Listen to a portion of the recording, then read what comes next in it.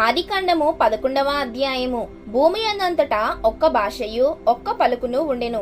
వారు తూర్పున ప్రయాణమైపోవుచుండగా షీనారు దేశమందొక మైదానము వారికి కనబడెను. అక్కడ వారు నివసించి, మనము ఇటుకలు చేసి బాగుగా కాల్చుకుందుము రండని ఒకనితో ఒకడు మాట్లాడుకొనిరి. రాళ్లకు ప్రతిగా ఇటుకలను, అడుసునకు ప్రతిగా మట్టికీలను వారికి ఉండెను. మరియు వారు, మనము భూమి అందంతటా చెదిరిపోకుండా ఒక్క పట్టణమును, ఆకాశమునంటు శిఖరము గల ఒక్క గోపురమును కట్టుకొని పేరు సంపాదించుకుందుము రండని మాట్లాడుకొనగా, యెహోవా నరుల కుమారులు కట్టిన పట్టణమును గోపురమును చూడ దిగి వచ్చెను.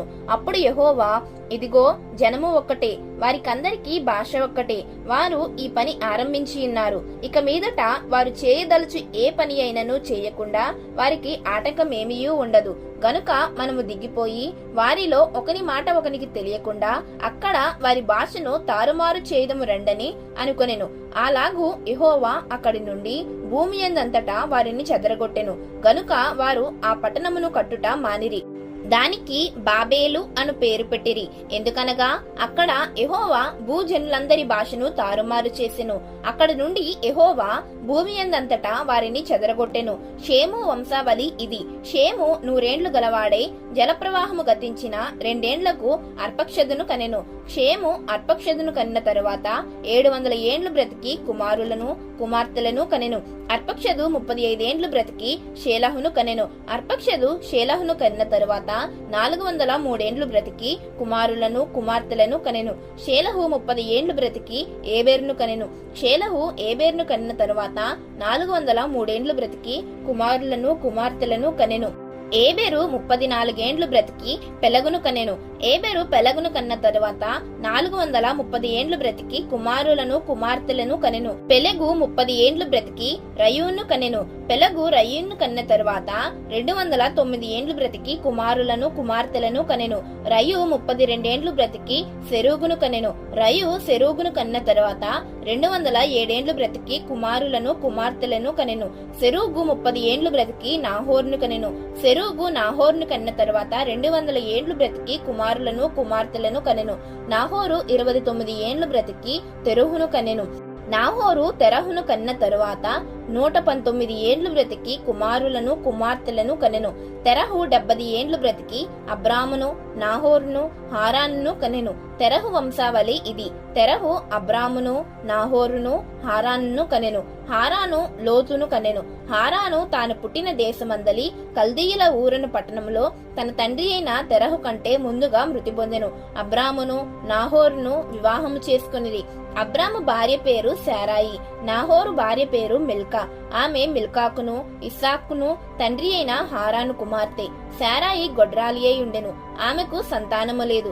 తెరహు తన కుమారుడగు అబ్రామును తన కుమారుని కుమారుడు అనగా హారాను కుమారుడగు లోతును తన కుమారుడగు అబ్రాము భార్య అయిన శారాయి అను తన కోడలిని తీసుకుని కనానుకు వెళ్ళుటకు కల్దీయుల ఊరను పట్టణములో నుండి వారితో కూడా బయలుదేరి హారాను మట్టుకు వచ్చి అక్కడ నివసించిరి.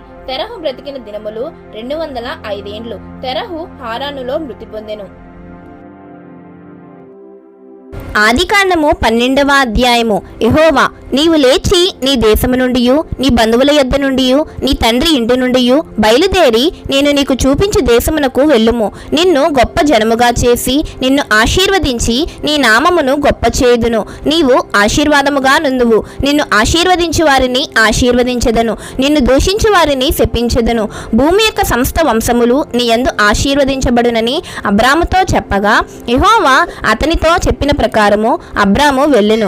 లోతు అతనితో కూడా వెళ్ళెను. అబ్రాము హారాను నుండి బయలుదేరినప్పుడు 75 ఏండ్ల ఈడుగలవాడు. అబ్రాము తన భార్య అయిన శారాయిని తన సహోదరుని కుమారుడైన లోతును హారానులో తానును వారును అర్జించిన యావదాస్తిని వారు సంపాదించిన సమస్తమైన వారిని తీసుకొని కనాను దేశమునకు వెళ్ళుటకు బయలుదేరి కనాను దేశమునకు వచ్చిరి. అప్పుడు అబ్రాము షెకెమునందలి ఒక స్థలము దాకా ఆ దేశ సంచారము చేసి మోరే దగ్గరనున్న సింధూర వృక్షమునొద్దకు చేరెను. అప్పుడు కనానీయులు ఆ దేశములో నివసించిరి. యెహోవా అబ్రామునకు ప్రత్యక్షమై నీ సంతానమునకు ఈ దేశం ఇచ్చేదనని చెప్పగా అతడు తనకు ప్రత్యక్షమైన యెహోవాకు ఒక బలిపీఠమును కట్టెను. అక్కడి నుండి అతడు బయలుదేరి బేతేలుకు తూర్పుననున్న కొండకు చేరి పడమటనున్న బేతేలుకును తూర్పుననున్న హాయికిని మధ్యను గుడారము వేసి అక్కడ యెహోవాకు బలిపీఠమును కట్టి యెహోవా నామమున ప్రార్థన చేసెను. అప్పుడు ఇంకా ప్రయాణము చేయుచు దక్షిణ దిక్కుకు వెళ్ళెను. అప్పుడు ఆ దేశములో కరువు వచ్చెను. ఆ దేశములో కరువు భారముగా నున్నందున అబ్రాము ఐగుప్తు దేశములో నివసించుటకు అక్కడికి వెళ్ళెను. అతడు ఐగుప్తులో ప్రవేశించుటకు సమీపించినప్పుడు అతడు తన భార్య అయిన శారాయితో, ఇదిగో నీవు చక్కని దానివని ఎరుగుదును. ఐగుప్తీయులు నిన్ను చూచి ఈమె అతని భార్య అని చెప్పి నన్ను చంపి నిన్ను బ్రతకనిచ్చెదరు. నీ వలన నాకు మేలు కలుగునట్లును నిన్ను బట్టి నేను బ్రతుకునట్లును నీవు నా సహోదరువని దయచేసి చెప్పుమనెను. అబ్రాము ఐగుప్తులో చేరినప్పుడు ఐగుప్తీయులు ఆ స్త్రీ మిక్కిలి సౌందర్యవతియు ఇండుట చూచిరి. ఫరో యొక్క అధిపతులు ఆమెను చూచి ఫరో ఎదుట ఆమెను పొగిడిరి గనుక ఆ స్త్రీ ఫరో ఇంటికి తేబడెను. అతడు ఆమెను బట్టి అబ్రామునకు మేలు చేసెను. అందువలన అతనికి గొర్రెలు, గొడ్లు, మగగాడిదలు, దాసులు, పనికత్తెలు, ఆడుగాడిదలు, ఒంటెలు ఇయ్యబడెను. అయితే యెహోవా అబ్రాము భార్య అయిన శారాయిని బట్టి ఫరోను అతని ఇంటి వారిని మహావేదనల చేత బాధించెను. అప్పుడు ఫరో అబ్రామును పిలిపించి, నీవు నాకు చేసినది ఏమిటి? ఈమె నీ భార్య అని నాకెందుకు తెలుపలేదు? ఈమె నా సహోదరి అని ఎలా చెప్పితివి? నేను ఆమెను నా భార్యగా చేసుకుందునేమో. అయితేనేమి, ఇదిగో నీ భార్య, ఈమెను తీసుకొని పొమ్మని చెప్పెను. మరియు ఫరో అతని విషయమై తన జనులకు ఆజ్ఞాపించినందున వారు అతనిని, అతని భార్యను, అతని కలిగిన సమస్తమును పంపివేసిరి. ఆదికాండము 13వ అధ్యాయము. అబ్రాము తనకు కలిగిన సమస్తమును తన భార్యను తనతో కూడానున్న లోతును వెంటబెట్టుకుని ఐగుప్తులో నుండి నెగెబునకు వెళ్ళెను. అబ్రాము వెండి బంగారము పశువులు కలిగి బహుధనవంతుడై ఉండెను. అతడు ప్రయాణము చేయుచు దక్షిణము నుండి బేతేలు వరకు అనగా బేతేలుకును హాయికిని మధ్య తన గుడారము మొదట ఉండిన స్థలము వరకు వెళ్ళి తాను మొదట బలిపీఠము కట్టిన చోట చేరెను. అక్కడ అబ్రాము యెహోవా నామమున ప్రార్థన చేసెను. అబ్రాముతో కూడా వెళ్ళిన లోతుకును గొర్రెలు, గొడ్లు, గుడారములు ఉండెను గనుక వారు కలిసి నివసించుటకు ఆ ప్రదేశము చాలకపోయెను. ఎందుకనగా వారి ఆస్తి వారు కలిసి నివసించలేనంత విస్తారమై ఉండెను. అప్పుడు అబ్రాము పశువుల కాపురులకును లోతు పశువుల కాపురులకును కలహము పుట్టెను. ఆ కాలమందు కనానీయులు, పెరిజ్జీయులు ఆ దేశములో కాపురముండిరి. కాబట్టి అబ్రాము, మనము బంధువులము గనుక నాకు నీకును నా పశువుల కాపరులకు నీ పశువుల కాపరులకును కలహముండకూడదు.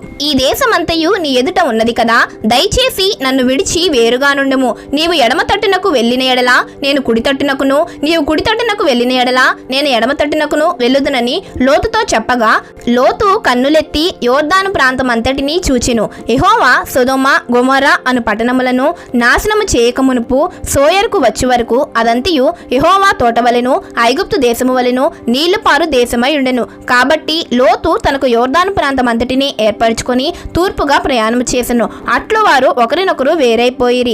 అబ్రాము కనానులో నివసించెను.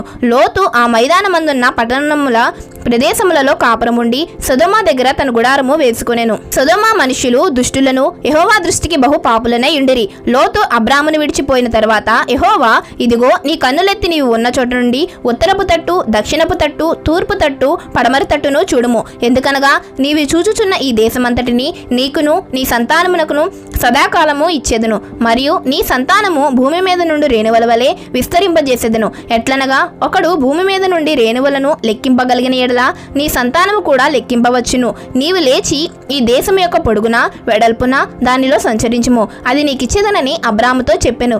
అప్పుడు అబ్రాము తన గుడారము తీసి హెబ్రోనులోని మమ్రే దగ్గరనున్న సింధూర వృక్షవనములో దిగి అక్కడ యెహోవాకు బలిపీఠము కట్టెను. ఆదికాండము 14వ అధ్యాయము. షీనారు రాజైన అమ్రాపేలు, ఎల్లాసరు రాజైన అర్యోకు, ఏలాము రాజైన కదొర్లాయోమెరు, గొయ్యీల రాజైన తిదాలు అనువారి దినములలో వారు సొదొమ రాజైన బెరాతోను, గొమొర్రా రాజైన బిర్షాతోను, అద్మా రాజైన షినాబుతోను, సెబోయీల రాజైన షెమెబెరుతోను, సోయరును బెలరాజుతోను యుద్ధము చేసిరి. వీరందరూ ఉప్పు సముద్రమైన సిద్దీములో ఏకముగా కూడి 12 సంవత్సరములు కదొర్లాయోమెరుకు లోబడి 13వ సంవత్సరమున తిరుగుబాటు చేసిరి. 14వ సంవత్సరమున కదొర్లాయోమెరును అతనితో కూడానున్న రాజులను వచ్చి అష్తారోత్ కర్నాయిములో రెఫాయిలను హాములో, జూజీయులను షావే కిర్యాతయీము మైదానములో ఏమీయులను కొట్టిరి. మరియు హోరీయులను అరణ్యము దగ్గరనున్న ఎల్పారాను వరకు తరిమి సేయీరు పర్వత ప్రదేశంలో వారిని కొట్టిన తరువాత తిరిగి కాదేశను ఎన్మిషతుకు వచ్చి అమాలేకీల దేశమంతటిని హసాసోన్ తామరలో కాపురమున్న అమీరేలను కూడా కొట్టిరి.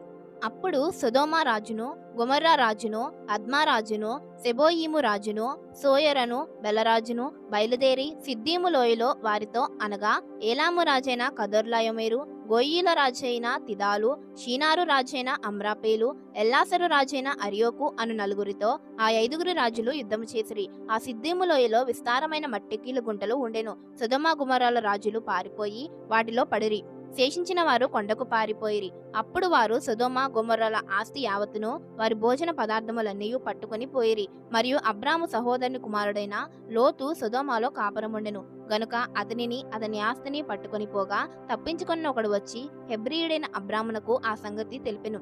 అప్పుడతడు ఎష్కోలు సహోదరుడును అనేరు సహోదరుడైన మమ్రే అను అమోరీని ఏలోను వనములో కాపురముండెను. వీరు అబ్రాముతో నిబంధన చేసుకున్నవారు.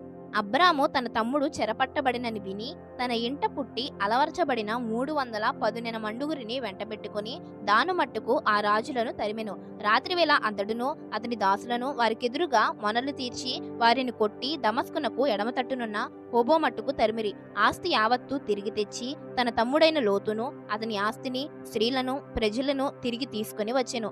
అతడు కదొర్లాయోమెరును అతనితో కూడానున్న రాజులను ఓడించి తిరిగి వచ్చినప్పుడు సొదొమ రాజు అతనిని ఎదుర్కొనుటకు రాజు లోయ అను షావే లోయ మట్టుకు బయలుదేరి వచ్చెను.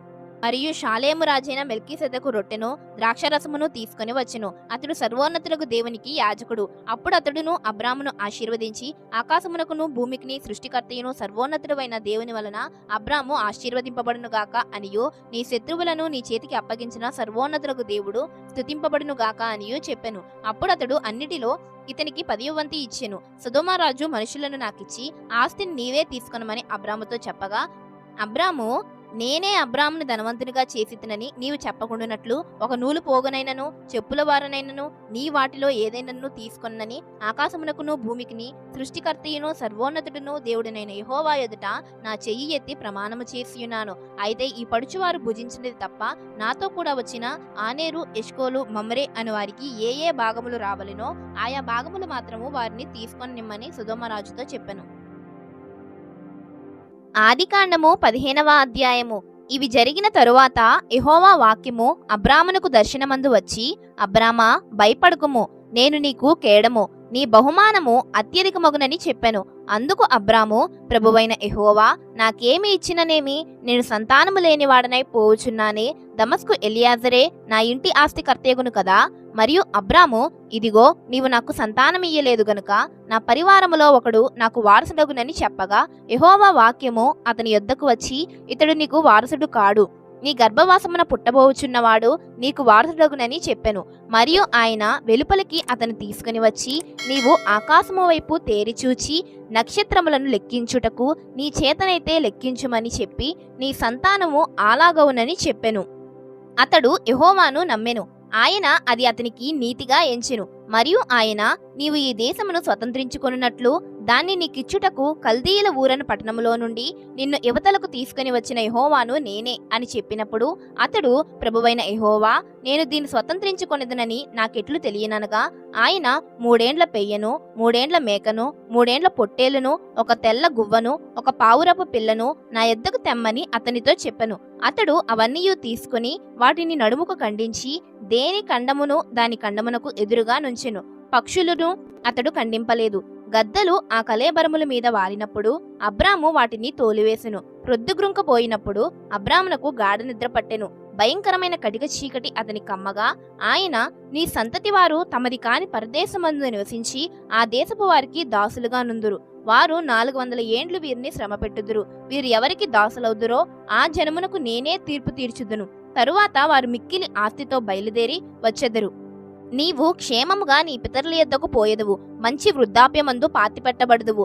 అమోరీయుల అక్రమము ఇంకనూ సంపూర్ణము కాలేదు గనుక నీ 4వ తరము వారు ఇక్కడికి మరలా వచ్చెదరని నిశ్చయముగా తెలుసుకునమని అబ్రాముతో చెప్పెను. మరియు ప్రొద్దుగ్రుంకి కటిక చీకటి పడినప్పుడు రాజుచున్న పొయ్యియు అగ్ని జ్వాలయును కనబడి ఆ ఖండముల మధ్య నడిచిపోయెను. ఆ దినమందే యెహోవా ఐగుప్తు నది మొదలుకొని గొప్ప నది అయిన ఆఫ్రిటీసు నది వరకు ఈ దేశమును అనగా కెనానీయులను, కనిజ్జీయులను, కద్మోనీయులను, హిత్తీయులను, పెరిజ్జీయులను, రెఫాయీయులను, అమోరీయులను, కనానీయులను, గిర్గాషీయులను, ఎబూసీయులను నీ సంతానమునకు ఇచ్చియున్నానని అబ్రాముతో నిబంధన చేసెను.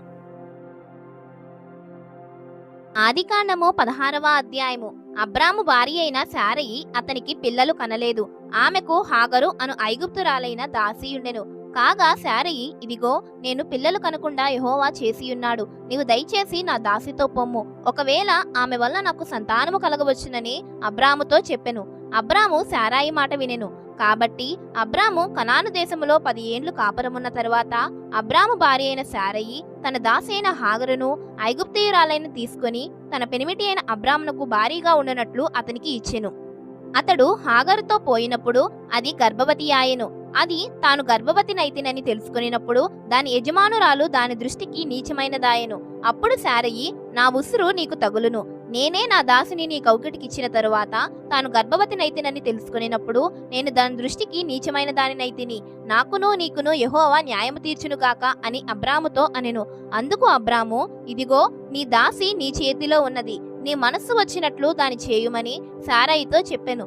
శారయి దాని శ్రమ పెట్టినందున ఆమె యొద్ద నుండి అది పారిపోగా యెహోవా దూత అరణ్యములో నీటి బుగ్గ యొద్ద అనగా షూరు మార్గములో బుగ్గ యొద్ద ఆమెను కనుగొని, శారాయి దాసమైన హాగరు, ఎక్కడి నుండి వచ్చితివి, ఎక్కడికి వెళ్ళుచున్నావని అడిగినందుకు అది నా యజమానురాలిన శారాయి యొద్ద నుండి పారిపోవచ్చున్నానెను.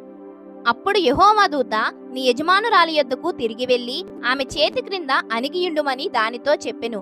మరియు యెహోవా దూత, నీ సంతానమును నిశ్చయముగా విస్తరింపజేసెదను, అది లెక్కింప వీలునేలంతగా విస్తారమవునని దానితో చెప్పెను.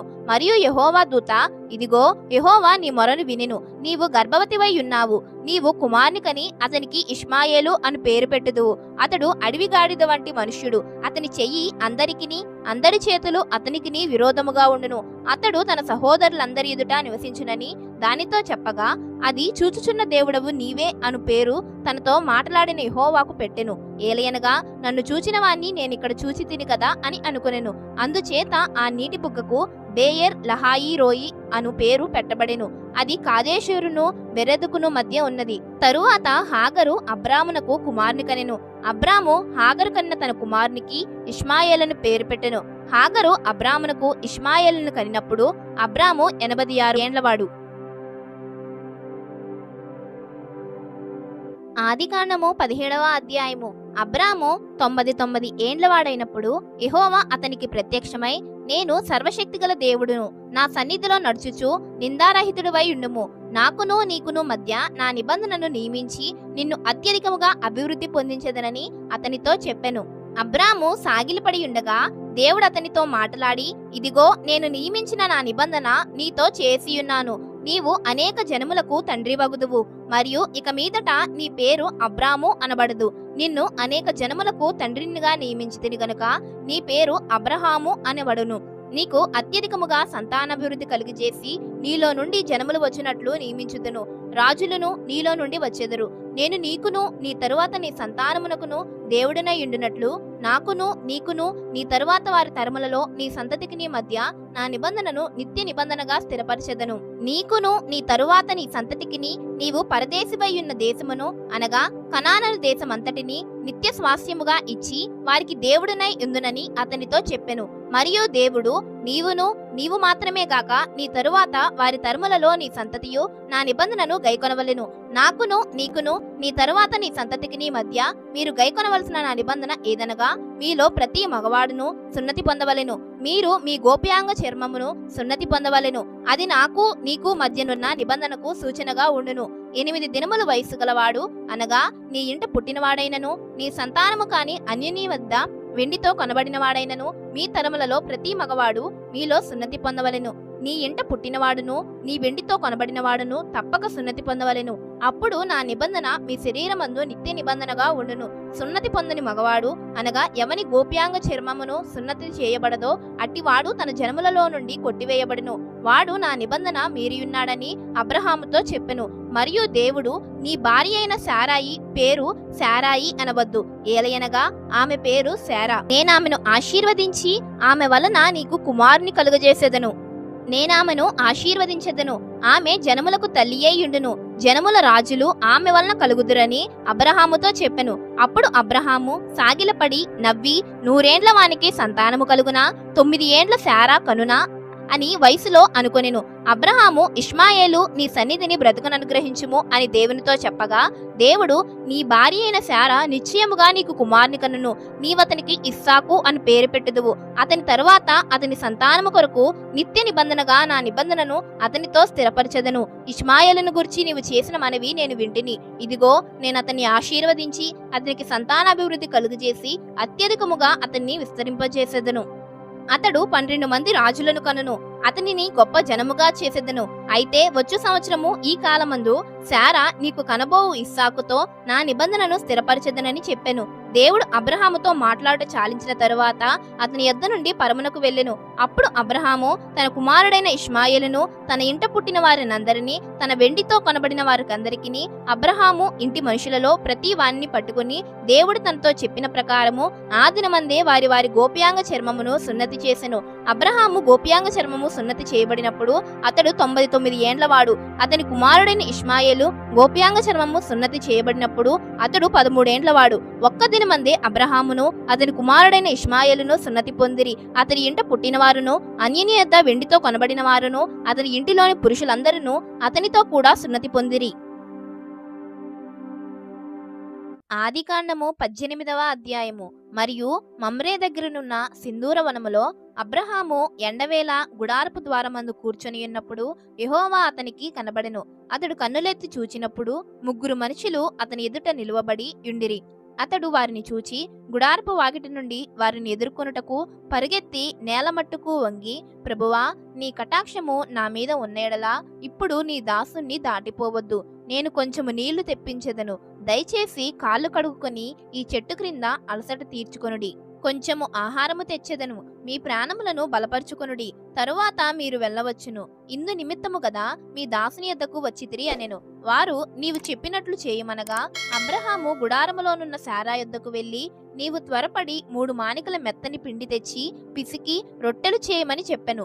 మరియు అబ్రహాము పశువుల మందకు పరిగెత్తి ఒక మంచి లేత దూడని తెచ్చి ఒక పనివానికి అప్పగించెను. వాడు దాని త్వరగా సిద్ధపరచెను. తరువాత అతడు వెన్నను పాలను తాను సిద్ధము చేయించిన దూడను తెచ్చి వారి ఎదుట పెట్టి వారు భోజనము చేయుచూ ఉండగా వారి యొద్ద ఆ చెట్టు క్రింద నిలుచుండెను. వారతనితో, నీ భార్య అయిన శారా ఎక్కడున్నదని అడగగా అతడు, అదిగో గుడారములోనున్నదని చెప్పెను. అందుకాయన, మీదటికి ఈ కాలమున నీ యొద్దకు నిశ్చయముగా మరలా వచ్చేదను. అప్పుడు నీ భార్య అయిన శారకు ఒక కుమారుడు కలుగునని చెప్పెను. శారా ఆయన వెనుక నుండిన గుడారపు ద్వారమందు వినుచూ ఉండెను. అబ్రహామును శారాయును బహుకాలము గడిచిన వృద్ధులైయుండిరి. స్త్రీ ధర్మము శారాకు నిలిచిపోయిన గనుక శారా, నేను బలము ఉడిగిన దాన్నైన తరువాత నాకు సుఖము కలుగునా, నా యజమానుడు వృద్ధుడై ఉన్నాడు కదా అని తనలో నవ్వుకొనెను. అంతట యెహోవా అబ్రహాముతో, వృద్ధురాలైన నేను నిశ్చయముగా ప్రసవించెదనా అని శారా నవ్వనేలా, యెహోవాకు అసాధ్యమైనది ఏదైనా ఉన్నదా? మీదటికి ఈ కాలమున నిర్ణయ కాలమందు నీ యొద్దకు తిరిగి వచ్చేదను. అప్పుడు శారాకు కుమారుడు కలుగుననెను. శారా భయపడి నేను నవ్వలేదని చెప్పగా ఆయన, అవును, నీవు నవ్వితివి అనెను. అప్పుడా మనుష్యులు అక్కడి నుండి లేచి సొదొమ తట్టు చూచిరి. అబ్రహాము వారిని సాగనంపుటకు వారితో కూడా వెళ్ళెను. అప్పుడు యెహోవా, నేడు చేయబోవు కార్యము అబ్రహామునకు దాచెదనా? అబ్రహాము నిశ్చయముగా బలముగల గొప్ప జనమగును. అతని మూలముగా భూమిలోని సమస్త జనములను ఆశీర్వదింపబడును. ఎట్లనగా యెహోవా అబ్రహామును గురించి చెప్పినది అతనికి కలుగు చేయనట్లు తన తరువాత తన పిల్లలను తన ఇంటివారును నీతి న్యాయములు జరిగించుచు యెహోవా మార్గమును గైకొనుటకు అతడు వారికి ఆజ్ఞాపించినట్లు నేనతన్ని ఎరిగియున్నానెను. మరియు యెహోవా సొదొమ గొమొర్రాలను గూర్చిన మొర గొప్పది గనుకను వాటి పాపము బహుభారమైనది గనుకను నేను దిగిపోయి నా యొద్దకు వచ్చిన ఆ మొర చొప్పుననే వారు సంపూర్ణముగా చేసిరో లేదో చూచెదను. చేయనీడలా నేను తెలుసుకుందుననెను. ఆ మనుషులు అక్కడి నుండి తిరిగి సొదొమ వైపుగా వెళ్ళిరి. అబ్రహాము ఇంకా యెహోవా సన్నిధిని నిలుచుండెను. అప్పుడు అబ్రహాము సమీపించి ఇట్లనెను, దుష్టులతో కూడా నీతిమంతులను నాశనము చేయుదువా? ఆ పట్టణములో ఒకవేళ 50 మంది నీతిమంతులుండినేడలా దానిలోనున్న 50 మంది నీతిమంతుల నిమిత్తము ఆ స్థలమును నాశనము చేయక కాయవా? ఆ చొప్పున చేసి దుష్టులతో కూడా నీతిమంతులను చంపుట నీకు దూరమవును గాక. నీతిమంతుని దుష్టునితో సమముగా ఎంచుట నీకు దూరమవు గాక. సర్వలోకమునకు తీర్పు తీర్చువాడు న్యాయము చేయడా అని చెప్పినప్పుడు యెహోవా సొదొమ పట్టణములో 50 మంది నీతిమంతులు నాకు కనబడిన ఎడల వారిని బట్టి ఆ స్థలం అంతటినీ కాయుదును అనెను. అందుకు అబ్రహాము, ఇదిగో ధూళియు బూడిదనైన నేను ప్రభువుతో మాట్లాడ తెగించుచున్నాను.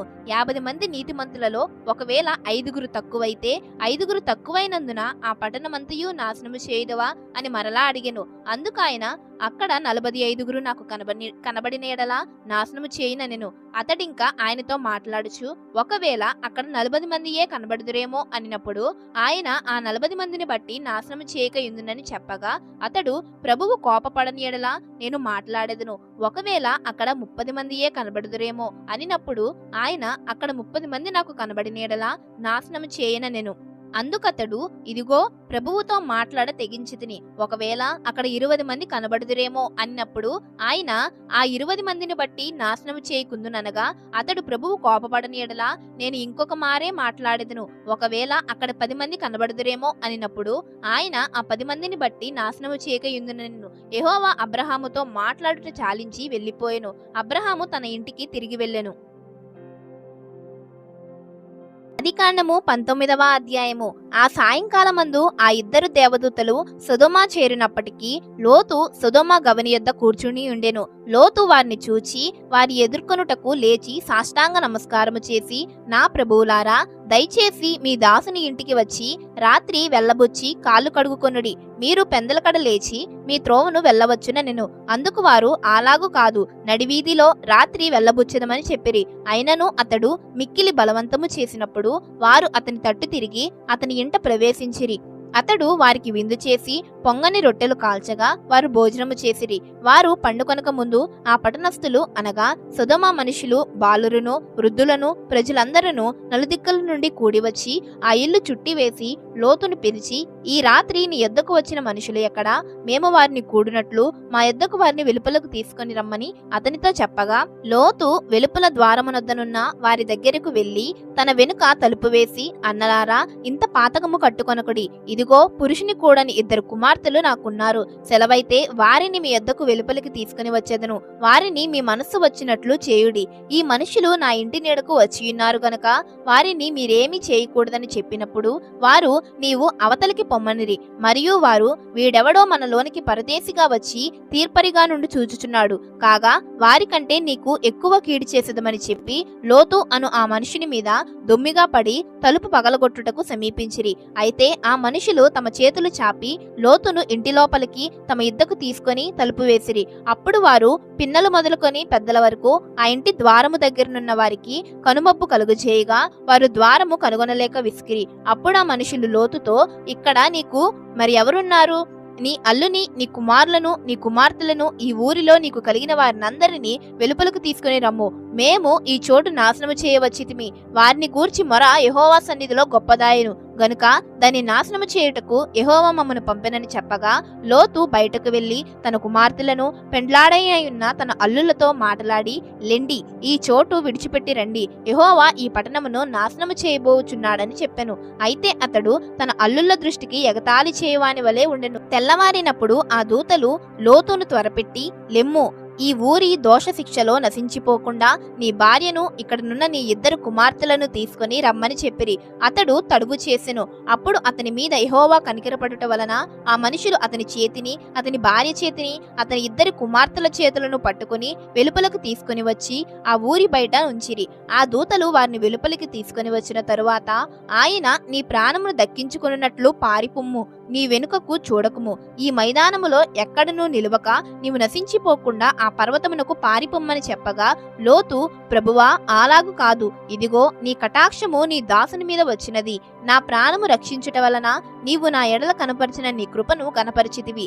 నేను ఆ పర్వతమునకు తప్పించుకొని పోలేను. ఈ కీడు నాకు సంభవించి చచ్చిపోవుదునేమో. ఇదిగో పారిపోవుటకు ఈ ఊరు సమీపములో ఉన్నది. అది చిన్నది. నన్నిక్కడికి తప్పించుకొని పోనిమ్ము. అది చిన్నది కదా, నేను బ్రతుకుదునని చెప్పినప్పుడు ఆయన, ఇదిగో నీవు చెప్పిన ఈ ఊరు నాశనము చేయును. ఈ విషయంలో నీ మనవి అంగీకరించితిని. నీవు త్వరపడి అక్కడికి తప్పించుకొని పొమ్ము. నీవక్కడ చేరు వరకు నేనేమియో చేయలేనెను. అందుచేత ఆ ఊరికి సోయరు అని పేరు పెట్టబడెను. లోతు సోయరుకు వచ్చినప్పుడు ఆ దేశమున సూర్యుడు ఉదయించెను. అప్పుడు యెహోవా సొదొమ మీదను గొమొర్రా మీదను యెహోవా యొద్ద నుండి గంధకమును అగ్నిని ఆకాశము నుండి కురిపించి ఆ పట్టణములను ఆ మైదానం అంతటిని ఆ పట్టణములలో నివసించిన వారినందరినీ నేల మొలకలను నాశనము చేసెను. అయితే లోతు భార్య అతని వెనుక నుండి తిరిగి చూచి ఉప్పు స్తంభమాయెను. తెల్లవారినప్పుడు అబ్రహాము లేచి తాను యెహోవా సన్నిధిని నిలిచిన చోటికి వచ్చి సొదొమ గొమొర్రాల తట్టును ఆ మైదానపు ప్రదేశపు యావత్తును చూడగా, అదిగో ఆ ప్రదేశపు పొగ ఆవము పొగవలే లేచుచూ ఉండెను. దేవుడు ఆ మైదానపు పట్టణములను పాడు చేసినప్పుడు దేవుడు అబ్రహామును జ్ఞాపకం చేసుకుని లోతు కాపురమున్న పట్టణములను నాశనము చేసినప్పుడు ఆ నాశనము మధ్యన లోతు నశించకుండా అతని తప్పించెను. లోతు సోయరులో నివసించుటకు భయపడి తన 2 కుమార్తెలతో కూడా సోయరు నుండి పోయి ఆ పర్వతమందు నివసించెను. అతడును అతని 2 కుమార్తెలను ఒక గుహలో నివసించిరి. అట్లుండగా అక్క తన చెల్లెలతో, మన తండ్రి ముసలివాడు, సర్వలోక మర్యాద చొప్పున మనతో పోవుటకు లోకములో ఏ పురుషుడునూ లేడు. మన తండ్రికి ద్రాక్షారసము త్రాగించి అతనితో శయనించి మన తండ్రి వలన సంతానము కలుగు చేసుకుందుము రమ్మని చెప్పెను.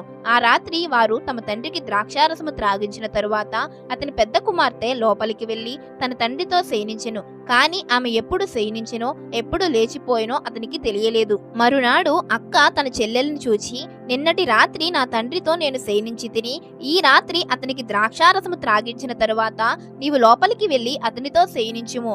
అలాగున మన తండ్రి వలన సంతానము కలుగజేసుకుందామని చెప్పెను.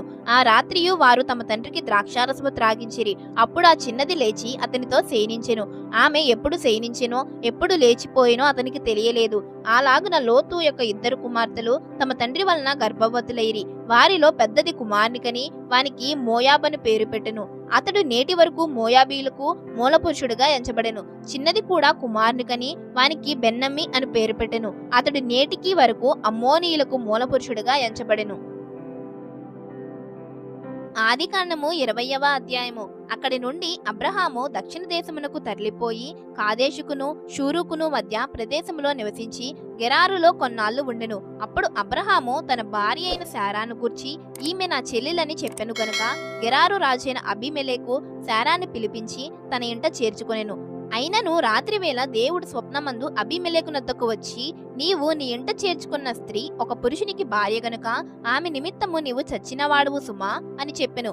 అయితే అబీమెలెకు ఆమెతో పోలేదు గనుక అతడు, ప్రభువా, ఇట్టి నీతిగల జనమును హతము చేయుదువా? ఈమె నా చెల్లెలని అతడు నాతో చెప్పలేదా? మరియు ఆమె కూడా అతడు అన్నా అనెను. నేను చేతులతో ఏ దోషము చేయక యథార్థ హృదయముతో ఈ పని చేసితిని అనెను. అందుకు దేవుడు, అవును, యథార్థ హృదయముతో దీన్ని చేసితివని నేను ఎరుగుదును. మరియు నీవు నాకు విరోధముగా పాపము చేయకుండా నేను నిన్ను అడ్డగించి తిని, అందుకే నేను నిన్ను ఆమెను ముట్టనీయలేదు. కాబట్టి ఆ మనుషుని భార్యను తిరిగి అతనికి అప్పగించుము. అతడు ప్రవక్త. అతడు నీ కొరకు ప్రార్థన చేయును. నీవు బ్రతుకుదువు. నీవు ఆమెను అతనికి అప్పగించిన ఎడలా నీవును నీ వారందరూ నిశ్చయముగా చచ్చెదరని తెలుసుకొనమని స్వప్నమందు అతనితో చెప్పెను. తెల్లవారినప్పుడు అబీమెలెకు లేచి తన సేవకులందరినీ పిలిపించి ఈ సంగతులన్నీ వారికి వినిపించినప్పుడు ఆ మనుషులు మిగుల భయపడిరి. అబీమెలెకు అబ్రహామును పిలిపించి, నీవు మాకు చేసిన పని ఏమిటి? నీవు నా మీదకిని నా రాజ్యము మీదకిని మహాపాతకము తెప్పించినట్లు నేను నీ ఎడల చేసిన పాపమేమిటి?